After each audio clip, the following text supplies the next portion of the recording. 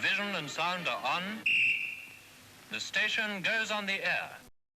Hello, my name's Count Wavenstein, and I'm going to talk briefly about some of my favourite utilities that I used to use in the Amiga 500 days.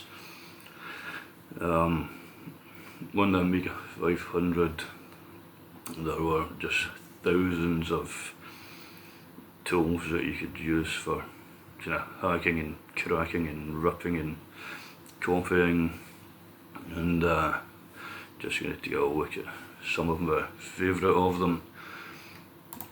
So dash disk image. So to do this I'm using WinUAE because my last Amiga actually died many years ago. I do still have a CD32 somewhere, but it doesn't have a working power supply, unfortunately, nor does it have the original chipset, which is the Amiga that most of my good memories are made on. ANSI that is 14. Made a little note on my other computer of discs with my favourite things on them.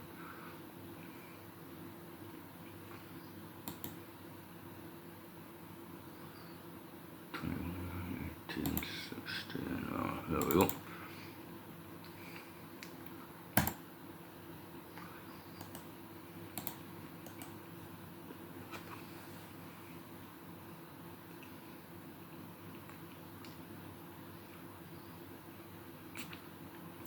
This is the old Amiga DOS prompt from 1987. And this is one of the things I loved about the Amiga. You could just make up these compilations of your favourite tools, and if you had a DOS disk it would just boot up in seconds to a prompt, and you could have a menu that came up and you just typed in the name, number or whatever you've done for the one you want. You didn't have this situation for you have now where the majority of users are just using their Windows or Linux or whatever as a well, let's just have a look. That's my C drive, Windows, 9 gig, 10 gig,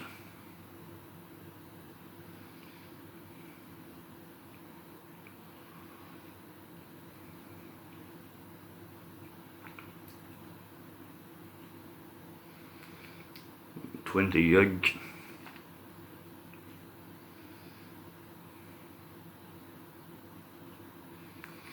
so 31.3 gig, and I'm basically using Windows on that computer as a 31 gig glorified bootloader for the Brave browser, Reaper and the Shortcut video editor. They're like the only things I use regularly on it, so I'm sure you could get them operating without needing 31 gig of disk space used. But anyway,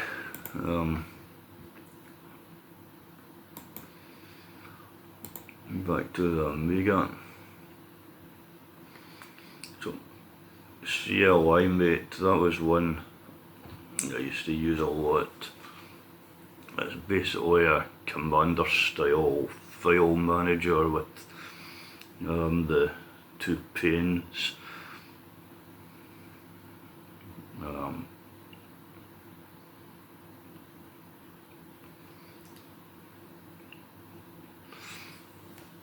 so you could load your DF0, that's your inbuilt floppy device that resided in the Amiga.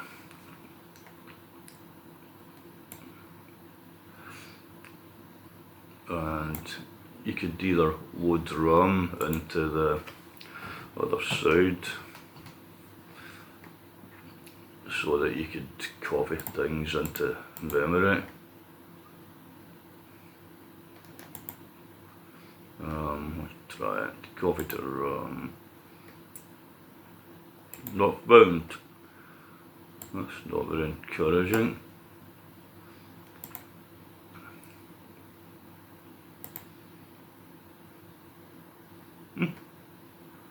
Okay, that one worked. Or you could copy stuff to DF1, which is your external floppy drive, but there's no disk in that unit at the moment.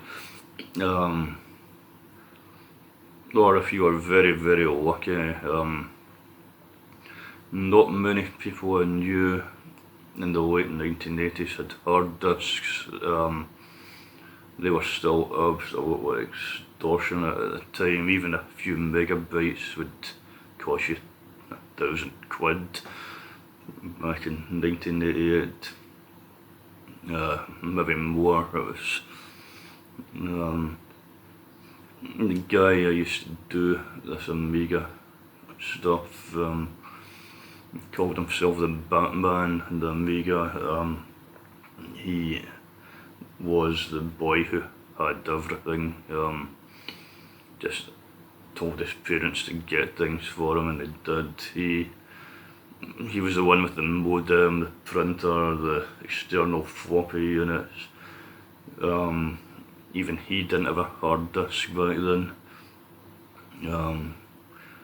He didn't have the modem for long either, actually. I had it until his mother saw the first phone built. And then that got dispatched to the great cyberneticist in the sky.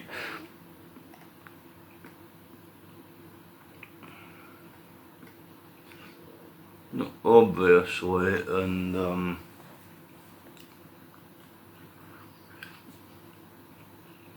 the late 1980s, you didn't have Internet Explorer, so you had this like Comm Terminal, transfer ASCII, save ASCII, modem, duplex. You can have half or full, depending on the modem supports that it gets.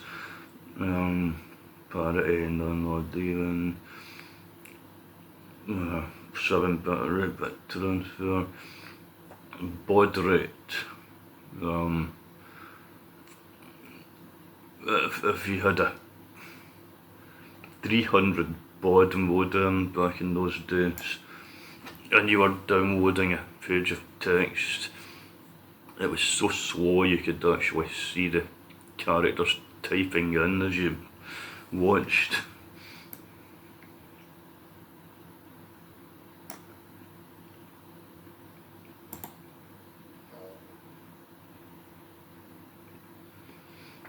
Let's see what else we got.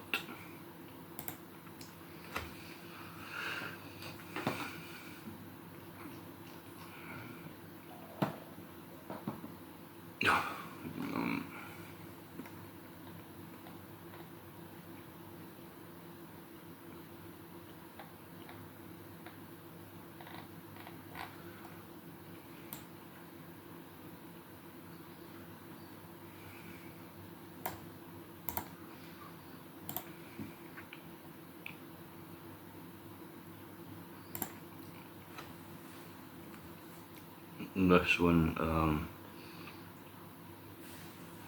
get a note to remember in the ANSI Untitled 20, the VHS Tape Copier. Unfortunately, I don't have a VHS to try it out on, and I'm not even sure I could connect one to this emulator if I did, but I would imagine with the disk and memory restrictions in the Amiga that you would just be copying the VHS very short clips and at a very low resolution.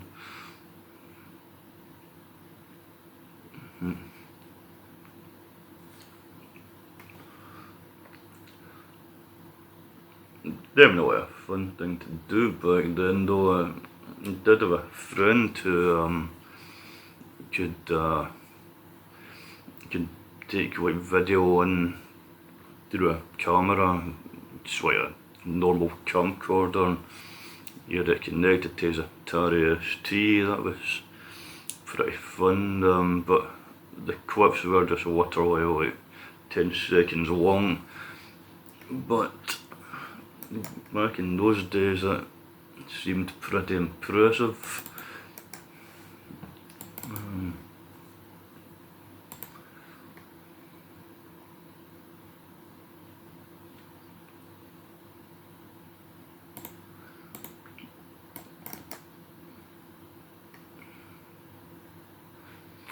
Anything else in here that's worth a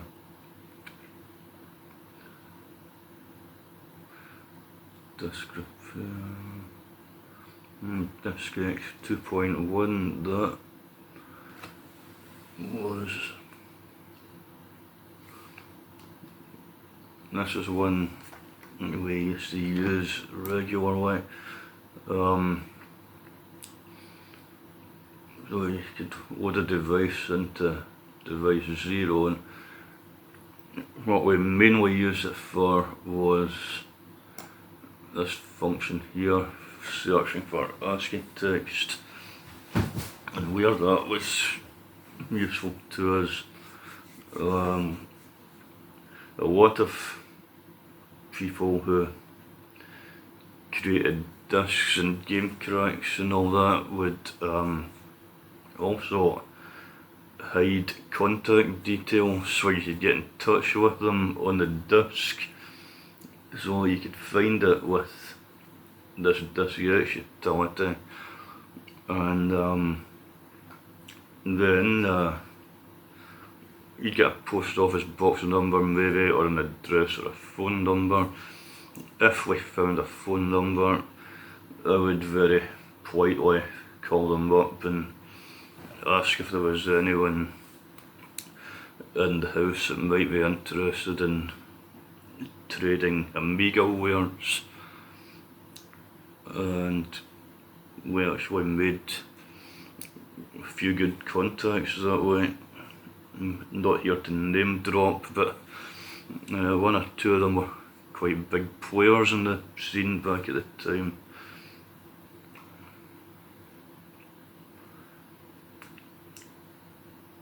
Me and my friends certainly were not big players, we just operated at the kind of local level, and he ended up getting his computer confiscated by the police after a run-in with the Federation Against Software Theft, or FAST as they were called back then. I've no idea whether they still exist.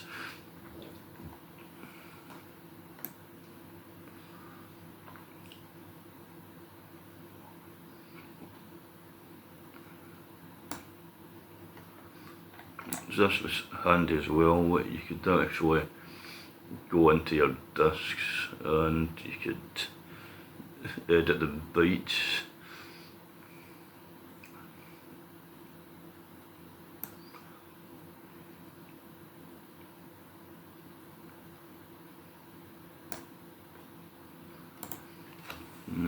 See what else I've got.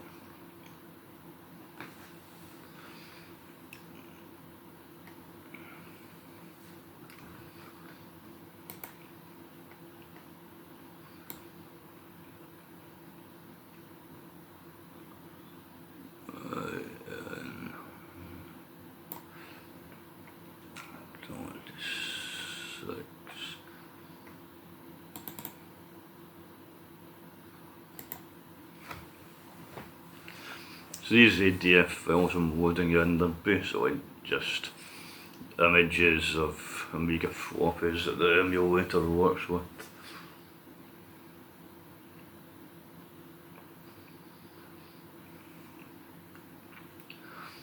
This one's got a fancy menu.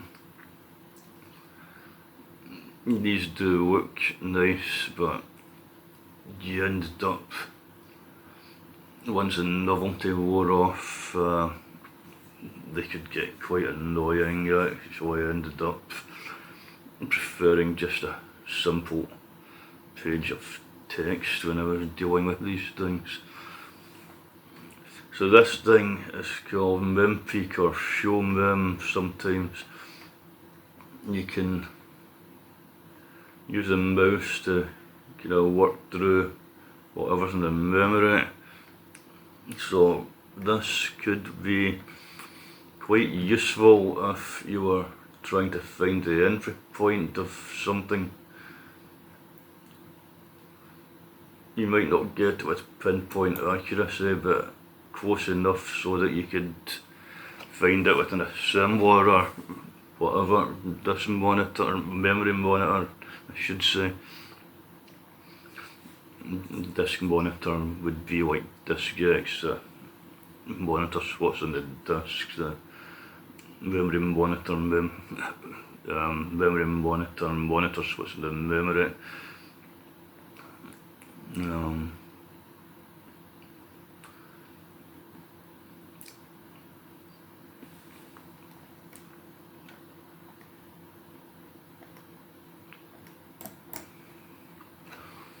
It could be quite useful that if you were planning on ripping something. I'm sure we'll get to rippers. Yeah, here we go. Anthrax utilities.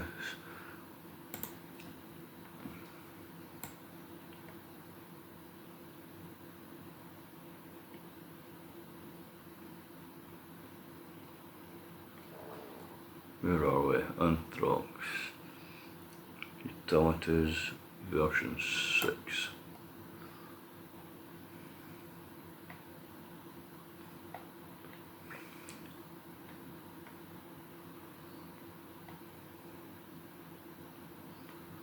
There's a 6 point. No, it's a mirror.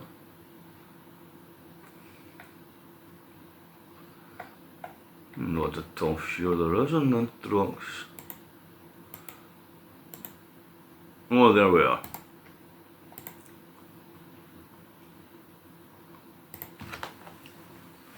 Let's have a look. I've got Sanxion Ripper with a note beside it here telling me to remember it.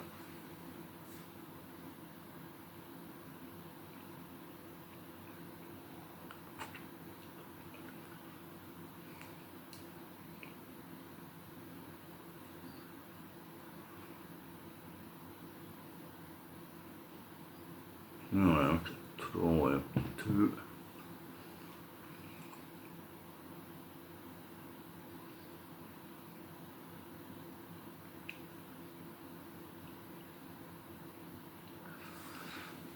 Yeah, so this is to search for ST modules, sound modules that you'd, basically they were used to make music for games or whatever, demos, and you could use this to rip the music from memory. So L search for a module in chip mem, H search for a module in flash mem,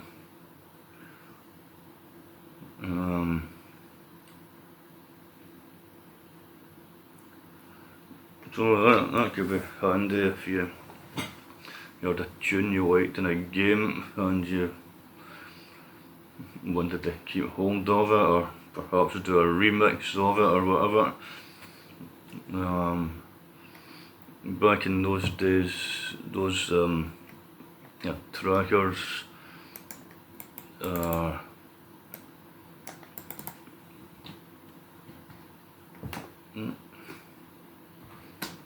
we go. I think there's a tracker on here, isn't that? StarTrekker.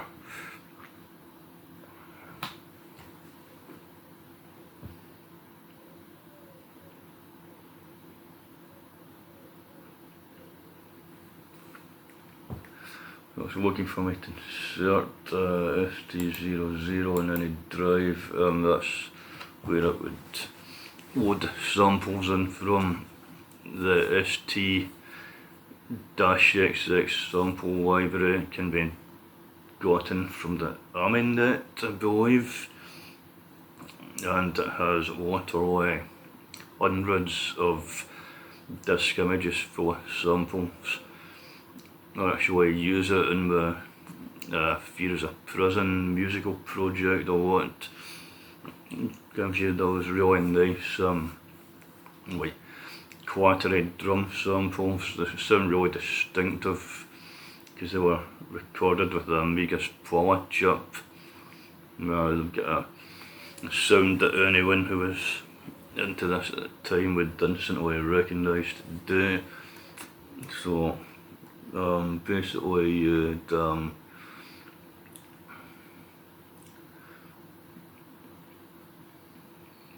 this scope would allow you to load a sample or module in. So this bar here would act as a tape head, and you'd see these numbers scrolling vertically past it, and you would trigger your samples in here, which is not having because I haven't loaded any.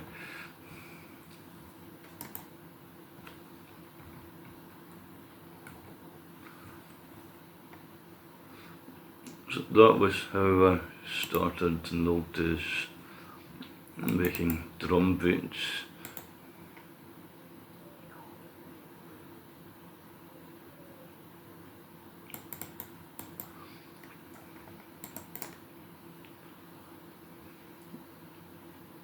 Before this was invented, to do any kind of sampling, you either had to get whips of tape that you made up and cut and glued with scissors, which it could be done. Delia Derbyshire famously did it with the Doctor Who song, but she ended up cutting and gluing so many tape whips that she had to get mic stands or clothes poles or something and have the tape going all the way down the corridor at Maidavale Studios.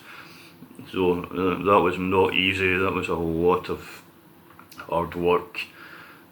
Whereas with this you could, for the first time, without bespoke studio equipment that costs a lot of money, you could like slice, time stretch, pitch shift, loop, sample. You could do all that in real time. It was really cool at the time.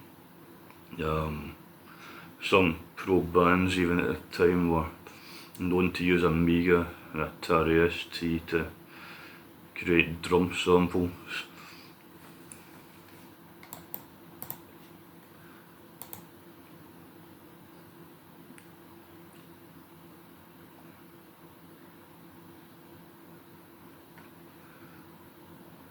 Count Zero, the guy's nickname has quit the scene. Count Zero is the hacker in William Gibson's novel, The Eponymous Hacker, with the same name. No. Mantrox Utility Disk 1.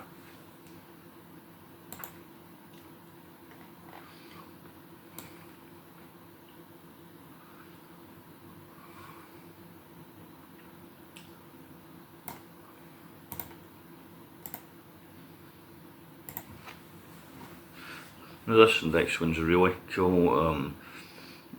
It's not something a young person nowadays would really give a shit about, because the price of phone calls is so cheap. There's absolutely no point in ripping them off now. Like, we can basically communicate with anyone anywhere for absolute buttons these days. Now that was not true back in 1990. Back then there were no special deals for internet use. So if your computer was talking to a computer in Australia, you would have to pay as if you were talking the phone to someone in Australia. And back then that was not at all cheap. So if you had this little gadget here,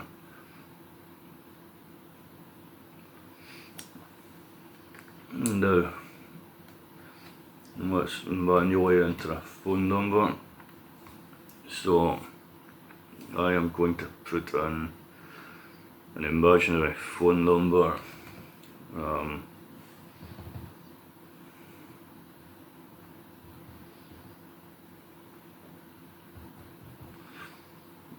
And all you had to do was put the handset of your phone next to the speaker and play that number, well, that sequence of DTMF tones that represent the numbers into it, and you would get your phone call for free. Because the dial tone's still going, the phone system still thinks the phone's hung up, so you would get your phone call for nothing. Probably advisable doing it from a public phone box rather than the one in your house, because if you want to start doing it at home, it wouldn't take long for the local constabulary to arrive. But the DTMF tones were to get around phone freaks who, some of these people, there was a famous blind guy who could actually whistle the tones into his phone and get free phone calls. So what the DTMF, it stands for dual tone multiple frequencies. So you would have two tones playing at once to make all these numbers up, which means you also get an intertone frequency. And even for the cleverest human being in earth, whistling 3 notes simultaneously is impossible. So people come up with blue boxes. I think it was actually Steve Jobs and Wozniak that had bought the first blue box that would get you your free phone calls. There was a famous Captain Crunch, his name was, back in the 70s. He found that one of the free toys that was being given away by Kellogg's cereal or whatever, that one of the free toys was a whistle, and that did the 2600 Hz tone that you needed to basically fool the American phone system into thinking you'd hung up the phone. In Britain, I can't remember what the frequency was, I think it was like 2080 Hz or something, but don't quote me on it. It did the same thing, would tell the phone system that you'd hung up when in fact quite possibly you hadn't.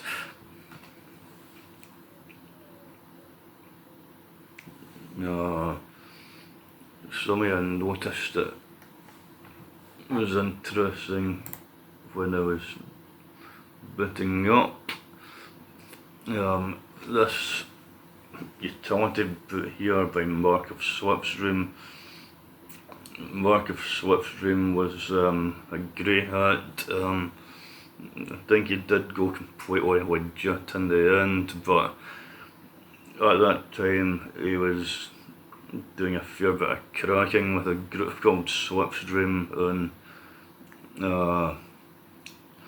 he was also making utility boots that scanned for viruses and stuff, so he was not just doing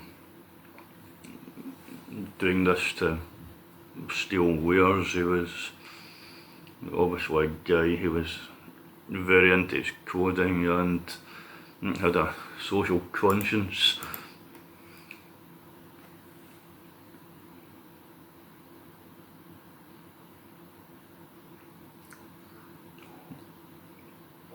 This Pseudo virus camera, that's the one I remember. With mouse button to start.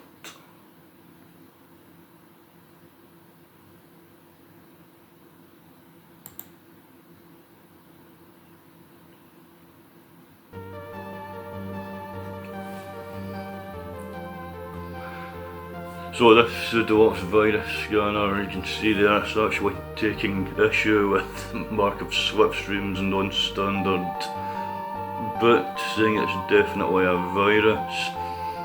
It's actually not a virus. I know that from experience because I had it in tons of my discs in the old days and it never caused any problems.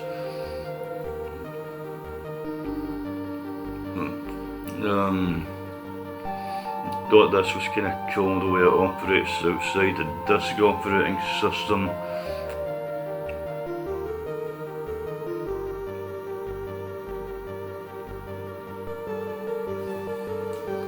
And these scrolling texts, they were big in the Amiga days. Everyone was kind of using them.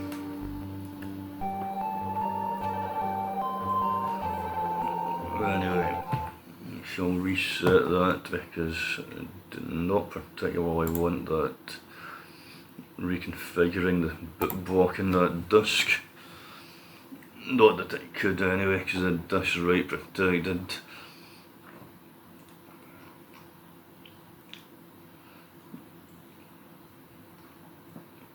TimeBomber, now this TimeBomber was a nasty one. What's that on?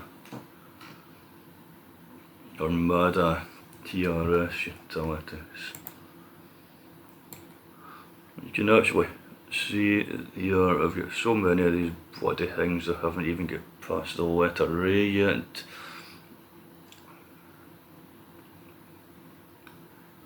Of course there is a lot of repetition. Once you had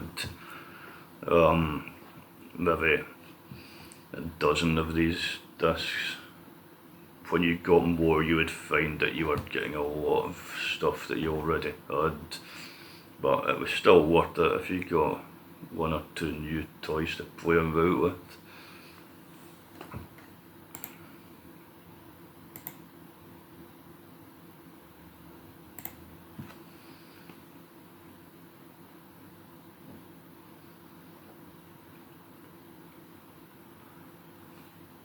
So this your TimeBomber, you would need to be a real asshole to use this, and the person you were using it on would have to be really stupid. You know, you're a nuka loser, have some fun. So what I would do is, if I'm remembering this rightly, it would put something on your disk so that when you booted the disk up 5 times, on the 5th time it would nuke the contents.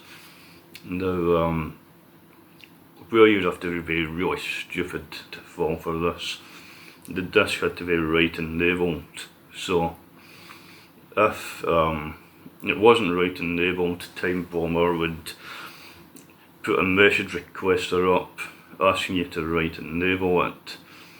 And if you did that without knowing why you were right enabling it, you would have to be, I'm sorry to say, a fucking idiot.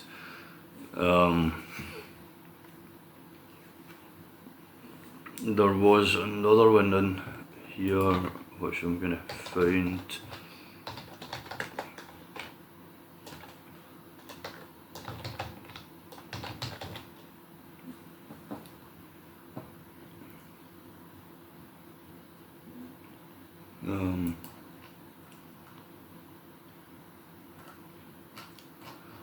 Later we'll get to this one.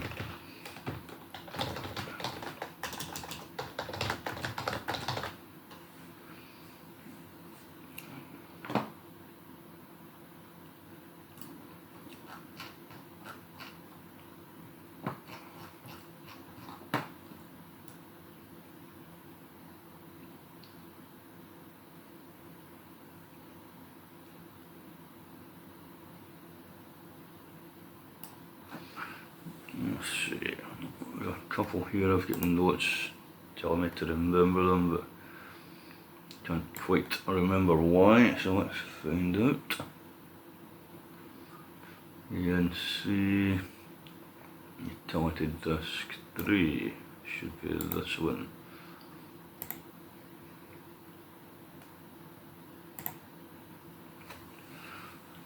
I have to take notes with these kind of things now that I'm getting into my 50s, because I'm finding names going one ear and out both these days.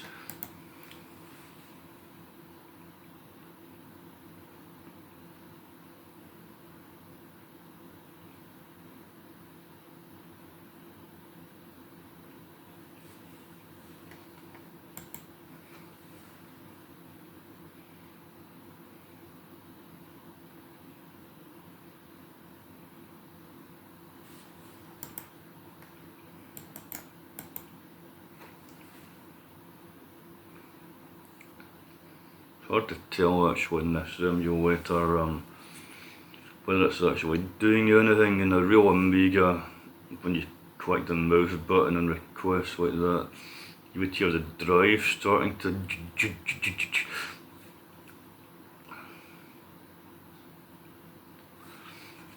then we get MicroEMACS there. That was one of Richard Stallman's GNU programs.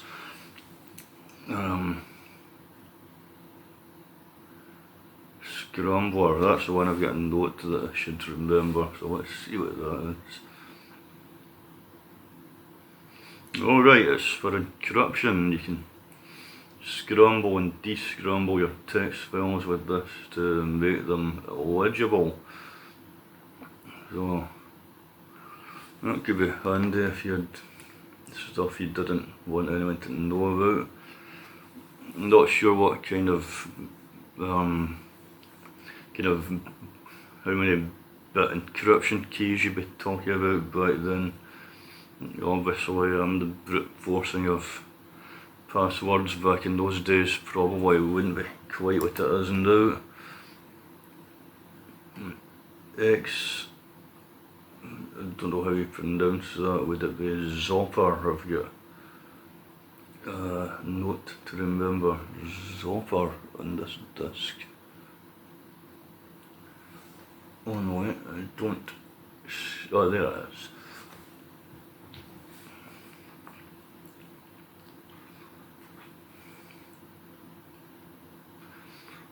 Right, so Xoper is like your task manager on a modern Windows PC.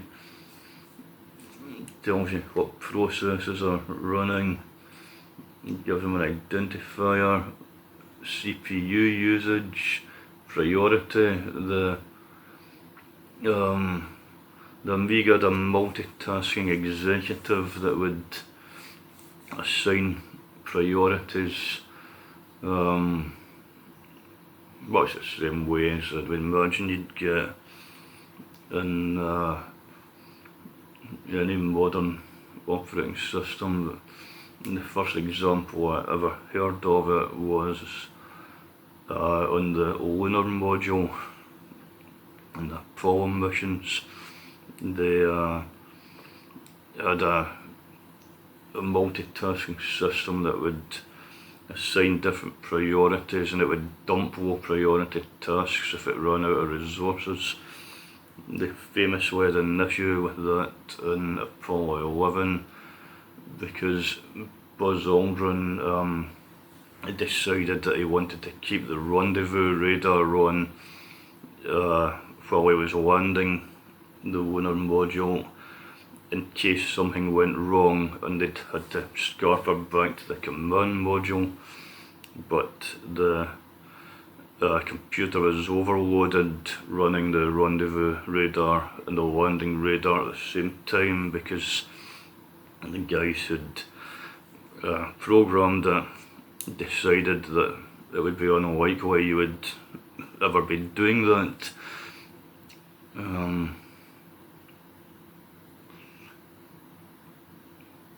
So what else have we got?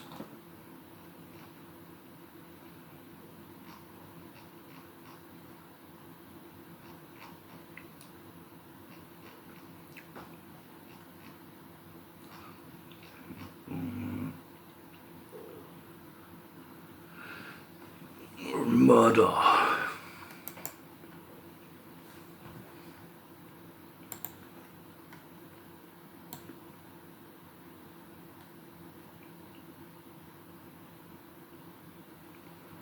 Nine.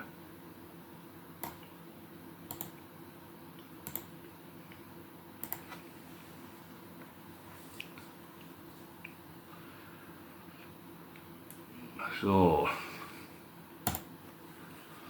this one we've got a thing called Guru info that I've left a note at. Now when the Amiga crashed, as all computers do, it went to a black screen with a red flashing box with text in it saying software failure, blah blah blah blah, Guru meditation, then a number. So if I can find Guru info, number 4.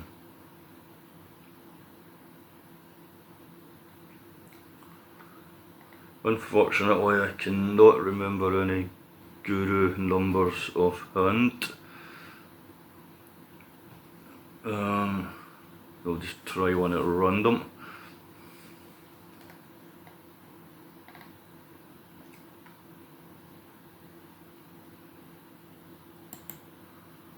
And it does not look like it's like it.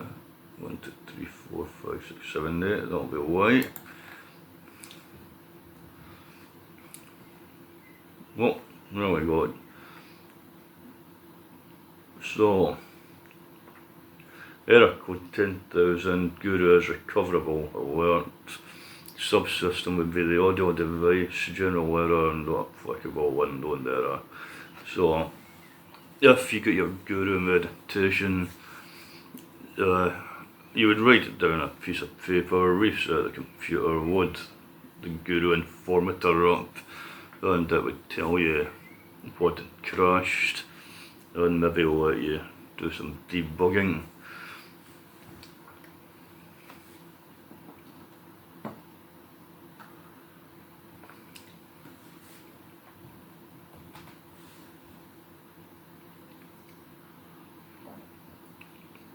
This one here, Black-Riot. So the Amiga had a graphics coprocessor called the block image transferer, which it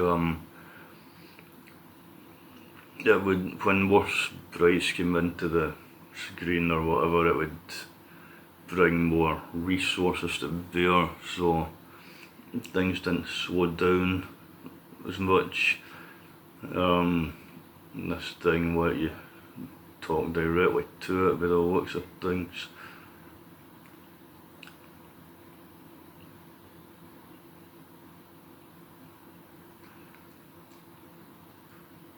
So it was kinda like a very primitive version of like a GPU in modern computers. But as far as I know, most of the grunt work was done by the chipset.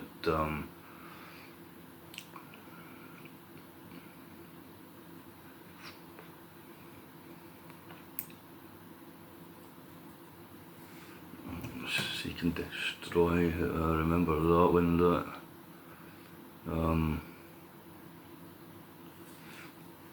That way you check that your bootblock was in order and scan it for link viruses and get rid of them.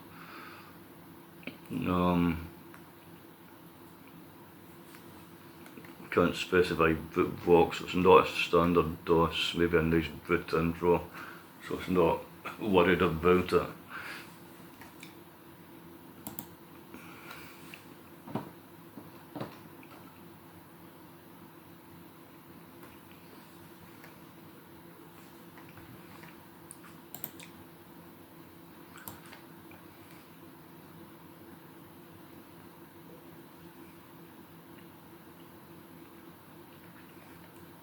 Alcatraz, where are you?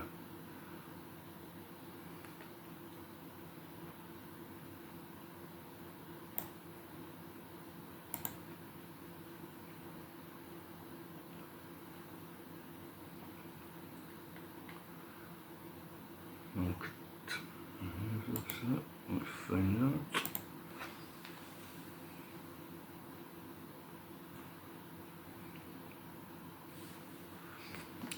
Here's another nice boot menu. This was one in the old days I used to actually have the had the utility that let you make one of these boot menus, but like I said earlier, once the novelty wore off, it actually get quite annoying, because every time you use one of these utilities, if you wanted back to the menu you had to reboot the machine, so you were kind of better, in my opinion, just with your simple text file.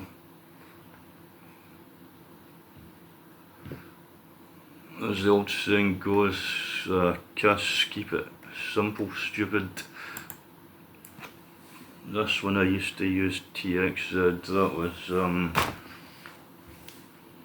that was my text editor of choice back in the old days.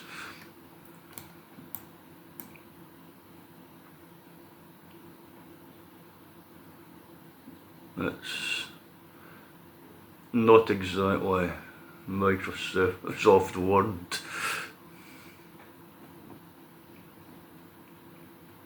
But it did the job admirably.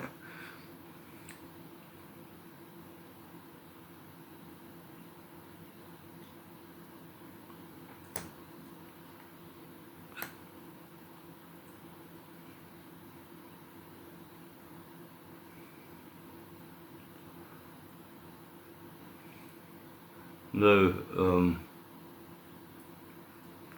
I was actually generally just using this as a glorified word processor. My coding skills are very, very limited, but it probably would have been useful to a coder. Like, coder still needs a text editor to write source code. No, why is it not letting me quit? Come on. There you can see you have to reboot to get back to your fancy menu.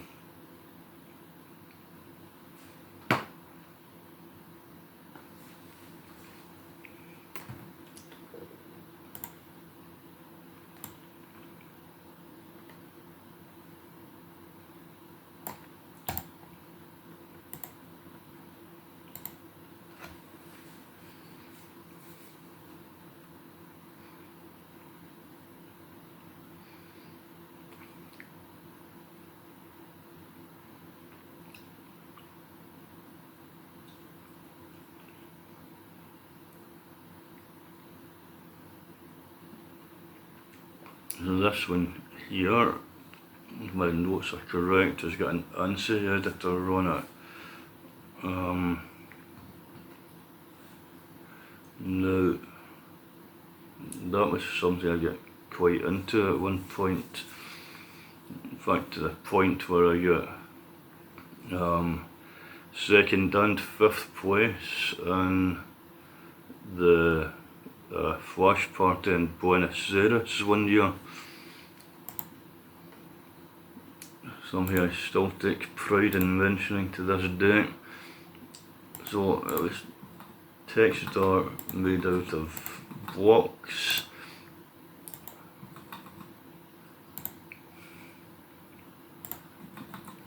So,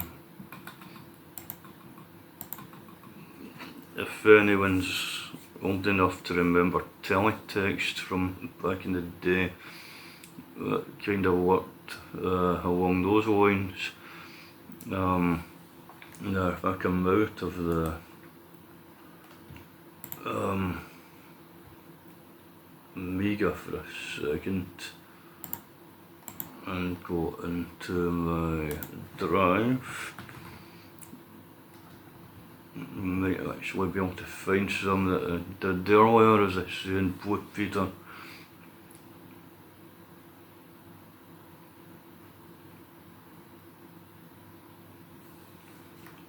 There we go.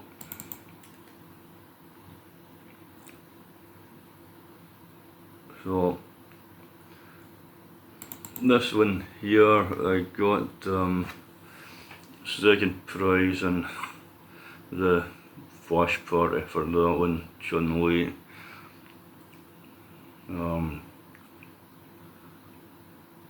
Well, you could actually make some quite sophisticated art. There was things like this here, the gloop.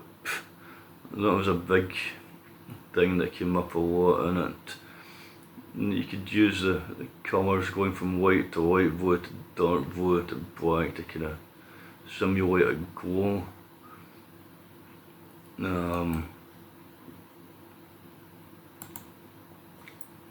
So yeah, I wouldn't say I was ever a pro at it or anything, but I did have quite a bit of fun with it. I had a lot more than that. I don't know whether they're on another disk in another computer somewhere.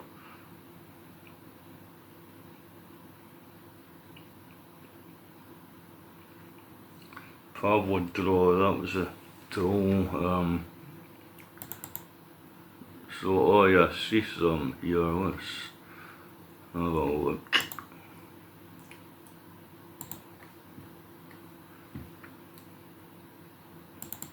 So that was when I did a bicycle from River City Euros.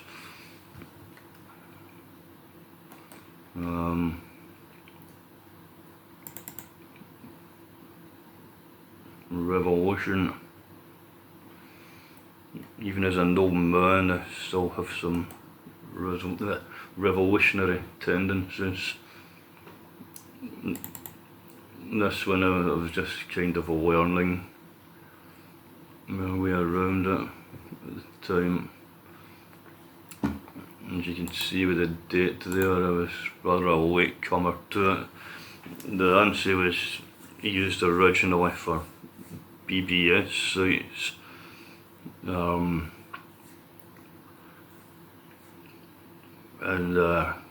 Because when you're dealing with, like, back in those days, if you were very lucky, you'd have a 2400 baud modem, and even at that, trying to upload, download a JPEG in those days would have been an absolutely hideous undertaking. If you had a site with lots of images on it, it would have taken so long to load it in that people would have gotten bored with it long before, whereas a TxEd that was doable. So I could have come along to it later as a nostalgia thing, self-portrait.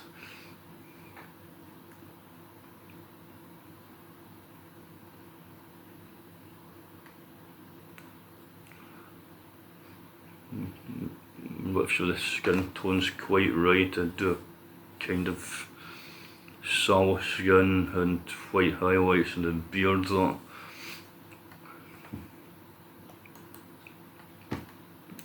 Got Tyrus Flare from Golden Knights.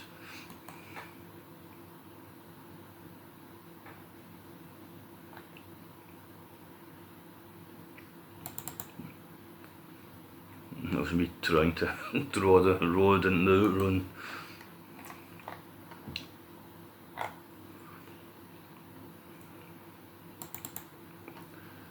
Fears of Prison, the best in the West for lo-fi, dystopian electronic music.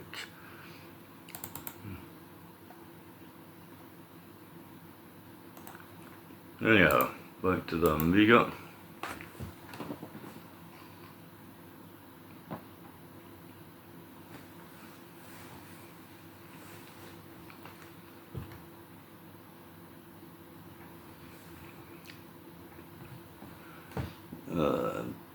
Base. BAF.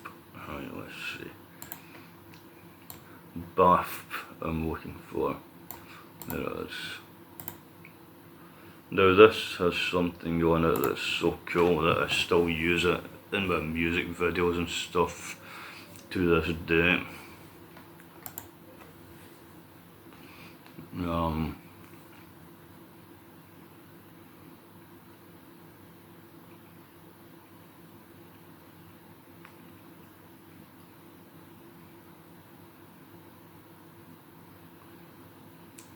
There it is, F6 demo editor.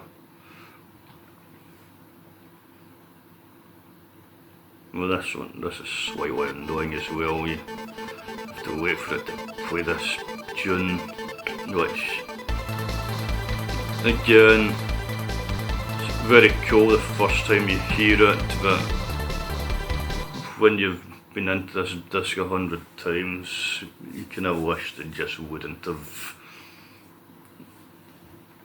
So here's your demo editor. I liked it because you can do your own text scroller, and if I go into the scroll editor, we can type fear is a prison or back in 2025 in the UK with another fine piece of lo-fi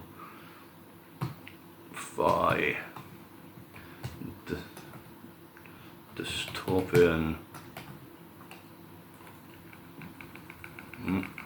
missed a comma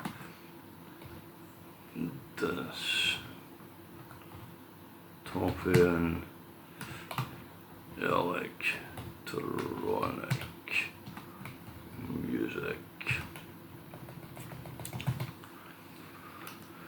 And when I come out of here and go to see my message, there we go. And you get the nice star field in the background, so I still actually plank that in quite a few of my modern videos. Usually slow the text down a bit, that way you don't get that juddering effect, it's smooth. Also gives people more time to read it if it's a long message.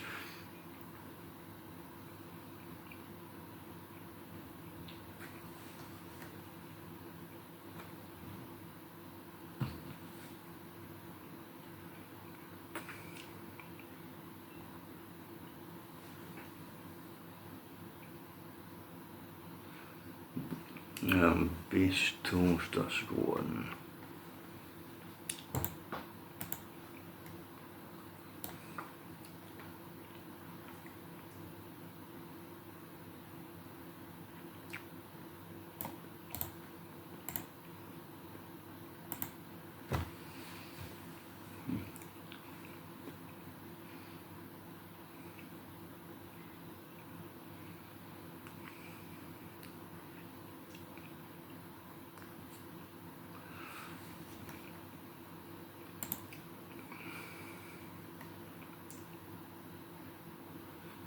Oh yeah, so this one I liked, you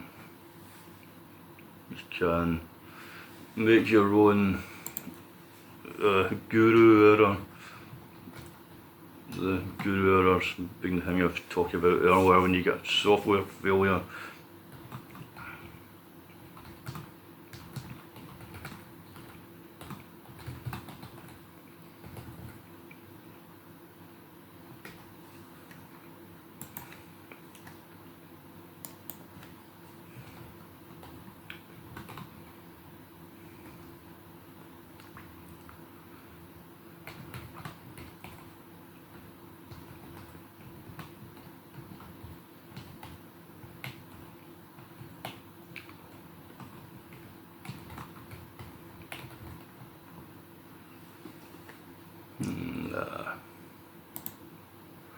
There you go, there you have it.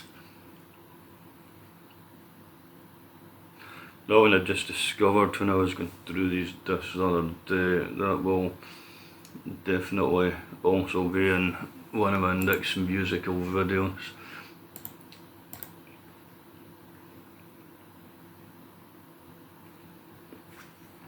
And again, because we'll get fancy menus and shit in this one, you have to do a Mr. Restart between each one.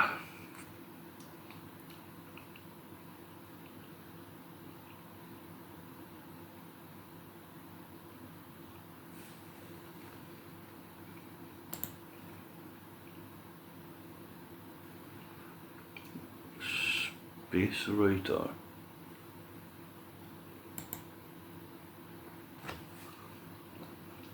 I've got a note telling me to remember that one, so I must have liked it.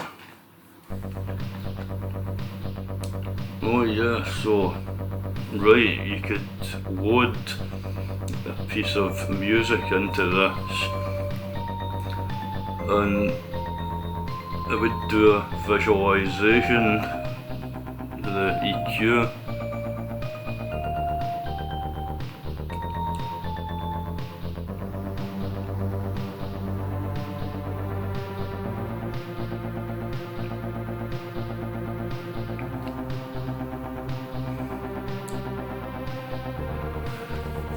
So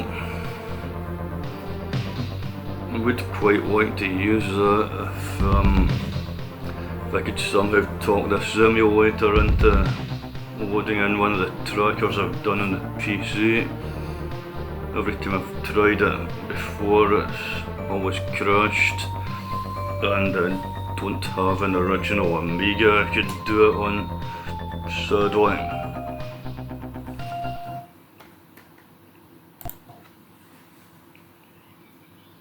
Maybe we'll get round to buying another Amiga at some point. From what I've heard, you get people who've rejigged Amiga 1200 so that instead of an 880k floppy drive, it's connected to modern kind of like memory tools, you know, like your solid state drives, which, you know, a modern solid state drive, I don't think you would ever run out of space putting Amiga stuff on it.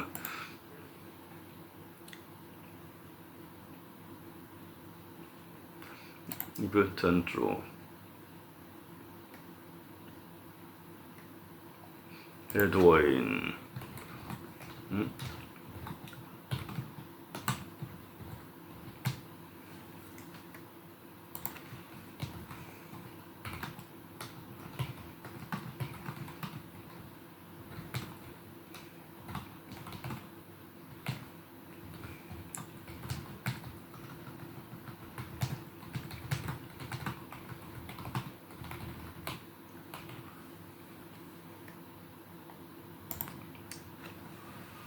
So again, that one will definitely be getting used in one of my vids at some point. That's pretty cool.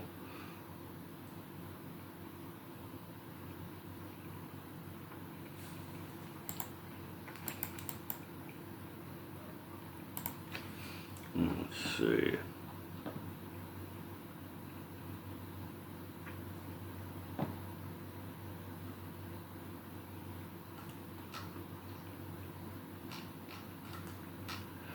Right, just a couple more things I wanted to take a look at.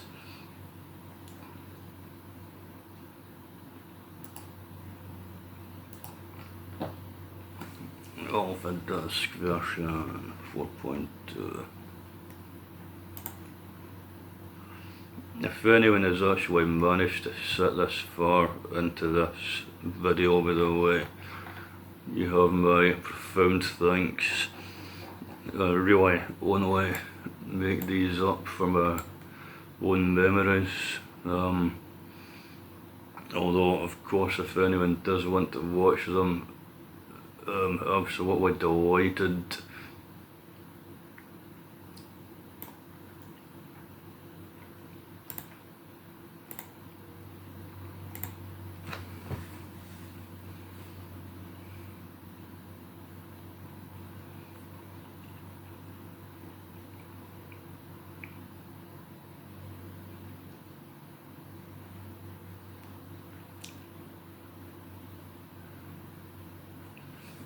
Set key, that was a cool one. You could use that to change the key map, which was very handy for making these discs up, so folk could just put in a single keystroke and get their utilities up rather than having to type out file names.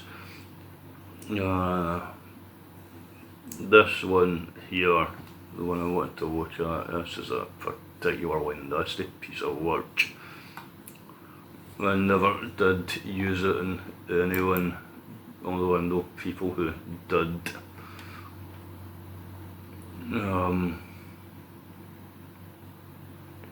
So you can put a normal bootblock or a protector one onto its credit.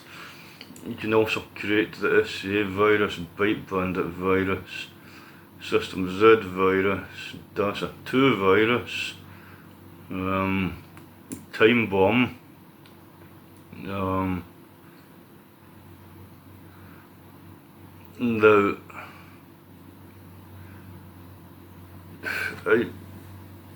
you would have to be the kind of person that leaves your disks right enabled to actually let this spread throughout them back in those days.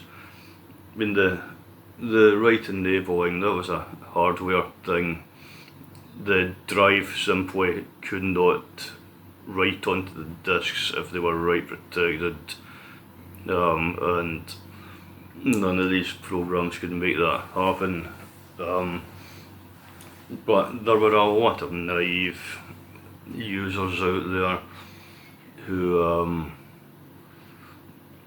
wouldn't realise the danger of having write enabled disks, and doing that kind of thing to people.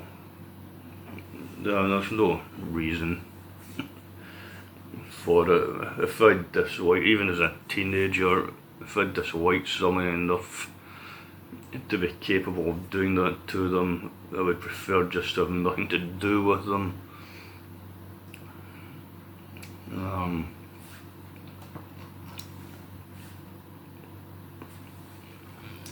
One more thing quite like to have a look at.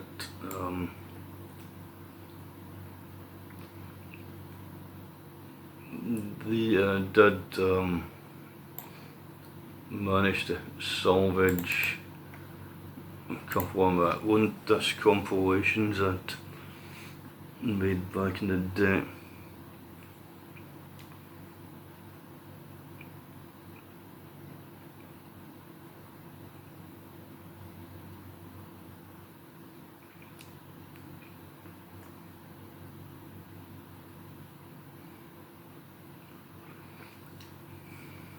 Now that I don't have any worky Amigas anymore, it's a bird that's flown. Anything I had an Amiga, I don't think I kept the floppy disks, so I had nothing to use them with. Amiga disks, the way they operated, the way the DOS operated, they're unreadable by PCs. You could use programs like DOS to DOS on the Amiga to read PC disks, but you couldn't do it the other way. Because if I remember rightly, it was something to do with gaps the PC file system had between the tracks that didn't exist in the Amiga. That's why in a double density PC disk you would get 720k of storage, whereas in an Amiga you would get 880. And again, don't take that explanation as complete. That's me trying to remember something I read back in the 1990s. Now this disc doesn't have any utilities I've not seen already, but what I did like to do in those days was I used to compile all these C commands onto disks. Some of them could be really quite powerful, most of them take up very little disk space, and good to have.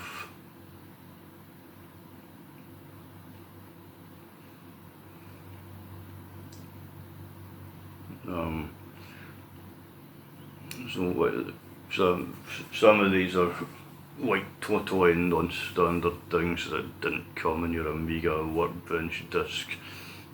Your Amiga Workbench disk kind of was your operating system back in those days that let you talk to the hardware and do system configurations and stuff like that.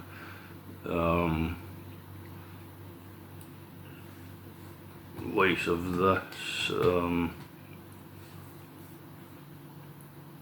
the Starfield thing, that was something I actually found on Cracked Game, if I remember rightly.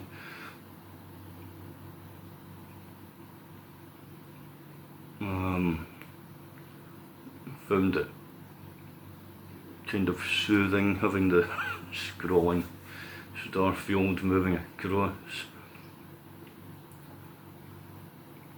And I was never really a coder, so there was no way I was going to be making my own like sophisticated intros with scrolling text and Starfields. I had to use tools like the ones earlier if I was going to do that. And there was one more.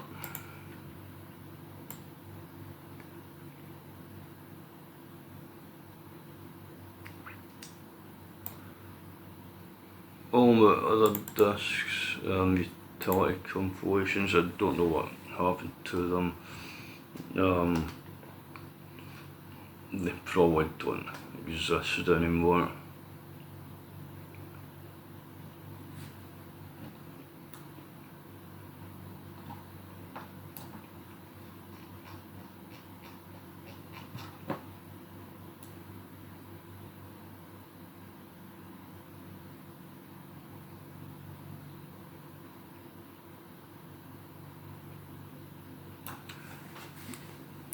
Yeah, that, as I said,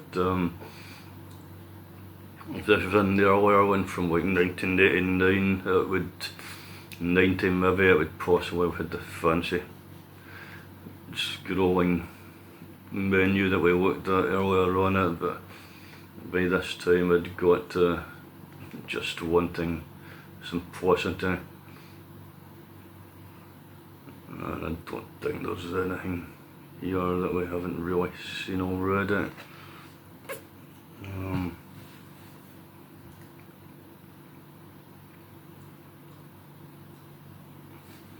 So members, the Batman, the Overlord. The Overlord was me. The Batman was quite a good technician, and he was the one who had the unlimited source of money from his parents.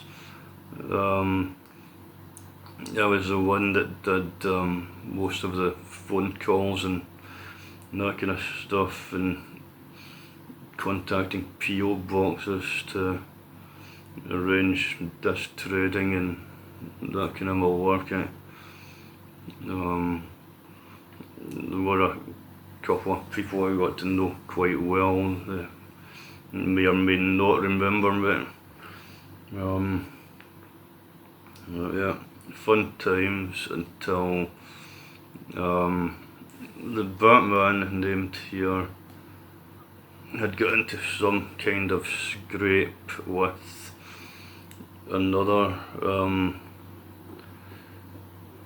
person in the local area who was a purveyor of software, and it had resulted in the pair of them setting fast on each other, and never found out what happened to the other guy, but the Batman got a visit and got all his discs and all that confiscated,